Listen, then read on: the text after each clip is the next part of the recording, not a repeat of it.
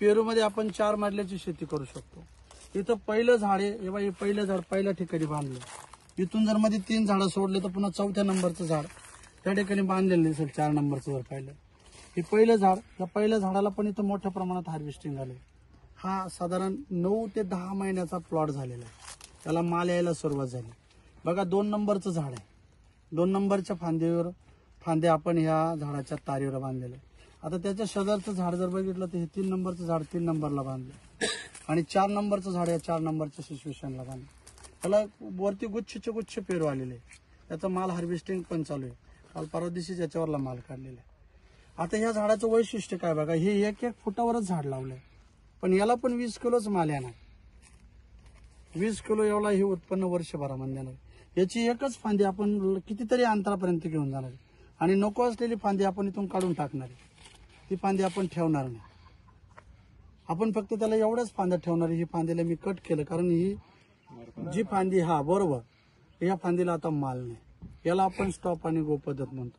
तर अशा पद्धतीने याचं उत्पन्न घेणार. बघा आता ही सुद्धा फांदीला पण पुढे माल नाही, तर ती फांदी मी इथून काढून टाकली. तर तिला म्हणून आपल्या झाडाची उंची वाढत नाही. पण इथं आपण काय केलं, 4 मजल्याची शेती बनवली. म्हणजे एकाच क्षेत्रामध्ये आपण 15 एकर 12 एकरचं उत्पन्न घेऊ शकतो. 7230 झाडं एका एकरमध्ये इथे लागतात. जर 12 बाय 2 फुटावर 1815 झाडं लागले तर आपली 3 एकरची शेती होते आणि 6 बाय एकरवर लावलं तर आपली 12 एकरची शेती होते. म्हणजे कमी क्षेत्रात कमी पाणी, कमी क्षेत्र, कमी खतं, कमी औषधं, कमी मजुरी, एवढ्या याच्यामधून आपण याचं उत्पन्न 12 एकरचं घेऊ शकतो. शेतकऱ्याला इथं आपल्याला काय प्रेझेंटेशन करायचं की जर तुमच्याकडे आता जमिनीचे तुकडीकरण झाले, 2-2, 5-5, 10-10, 20-20 गुंठ्यावर जमिनी आल्या, तर ह्या गुंठावरील जमिनीमध्ये आपल्याला 10-12 एकरचं उत्पन्न काढायचं. तर या पद्धतीने आपण लागवड करू शकतो. याला पेरूच्या मजल्याची शेती म्हणतात. पेरूचंच झाड आहे पण इथं मजल्याची शेती. याची सुरुवात इथून होते. म्हणून शेतकऱ्याला तुम्ही मध्ये आणा, मधोमध उभं करा आणि त्या शेतकऱ्याला 1 नंबरचं झाड, 2 नंबरचं झाड, 3 नंबरचं झाड आणि 4 नंबरचं झाड. याची दुसरी गोष्ट बघा, याच्यामध्ये आपण लावली मोगणी.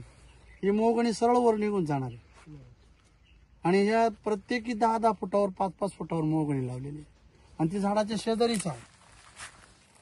म्हणजे इथं काय झालं, मी दुहेरी, तिहेरी आणि 4 मजल्याचं शेतीचं उत्पन्न घेऊन पुन्हा मी 5वा मजला बनवला की त्याला आपण स्काय फार्मिंग म्हणतो आणि त्या मोगणीपासून पण आपण उत्पन्न घेतो.